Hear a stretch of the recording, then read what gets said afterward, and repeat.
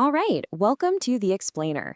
The story we've got for you today honestly sounds like something straight out of a Hollywood thriller, but I promise you, it is 100% true.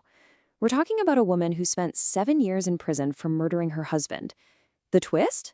He wasn't dead. And she found this out because of a cell phone she pulled out of a dumpster. Yeah, it's that wild. Just let that sink in for a second. Valentina served 7 years for murdering the husband she didn't kill. I mean, that's not just a shocking headline, right?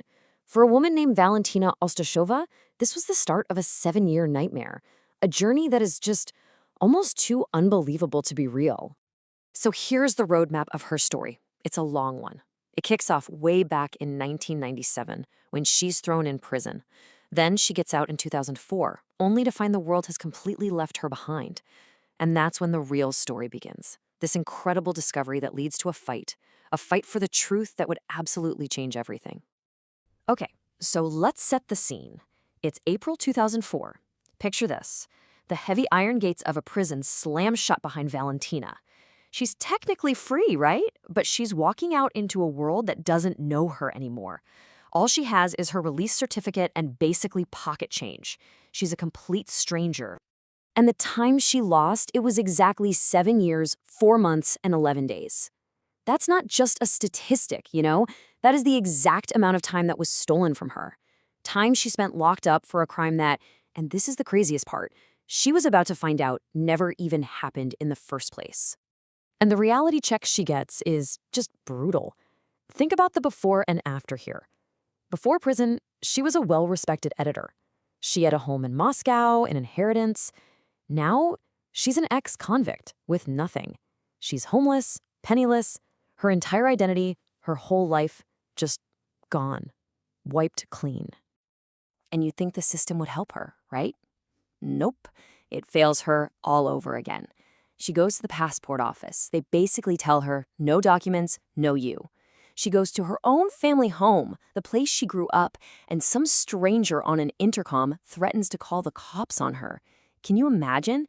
She is completely and utterly alone, a ghost in her own city.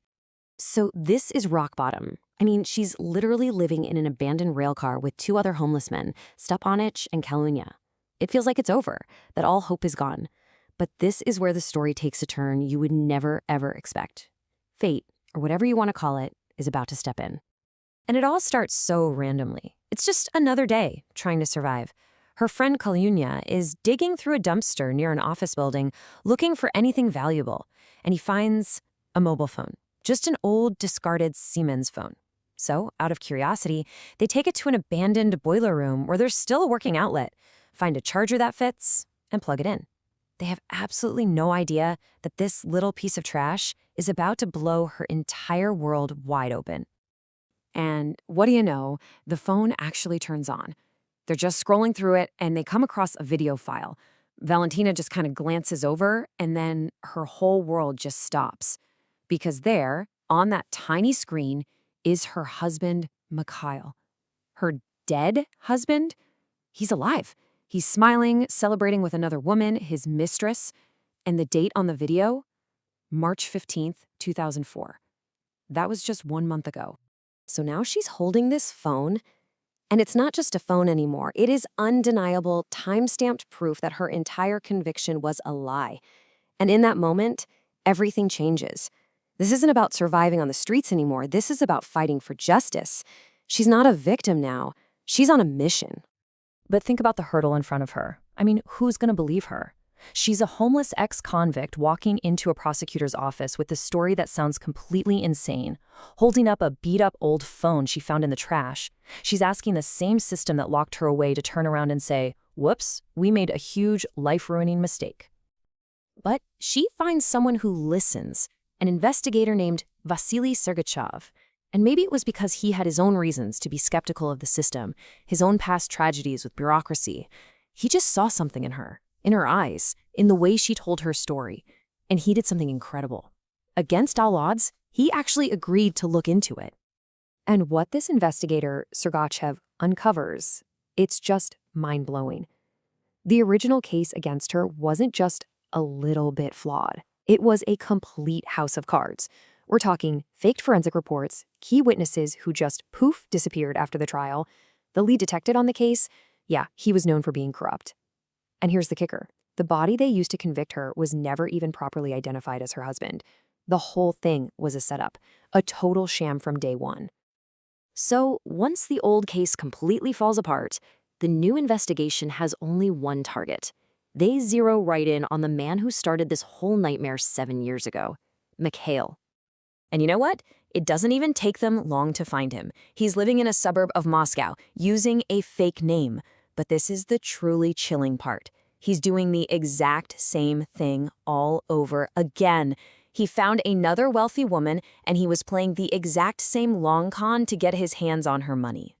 So the investigators, they set up a sting operation, and they catch him red-handed at a notary's office trying to use a forged will to seal the deal on his latest scam. And just like that, this incredibly elaborate lie that he had built for almost a decade, it all comes crashing down. They bring him in for a face-to-face with Valentina, and he confesses to everything. But get this, there's no apology, no remorse. He tells her straight up that this wasn't about love or hate, it was just cold resentment. He felt like he was entitled to her money because of her background and her education. He said, "I worked on you for 5 years, playing the loving husband, I earned my due." He saw their entire marriage as a job, and her inheritance was his paycheck. Unbelievable. So the truth is finally out. Her name is cleared. But the end of this story, this final chapter, it's not about revenge. It's about something much harder. It's about trying to rebuild a life from the absolute ashes of the one that was stolen from her. And wow, did she rebuild. I mean, she didn't just get her old life back, she created a brand new one that was maybe even richer. So by 2005, she's officially rehabilitated, she gets her property back. And then, in a twist that feels like it's from a movie, she marries Vasily, the investigator who believed her. They have a son, Roman, and they adopt a daughter, Daria. And in just this incredible act of kindness, she gives a permanent home in her big house to Stepanich and Kalunya, the two homeless men who were her only family when she had absolutely nothing. Her story really just leaves you with this one huge question. What does it take to rebuild a stolen life? I mean, it's an incredible story of resilience, of how fate can work in the most mysterious ways. It shows you that even after the worst kind of injustice, it's possible to not just get back what you lost, but to build something entirely new and maybe even more beautiful in its place.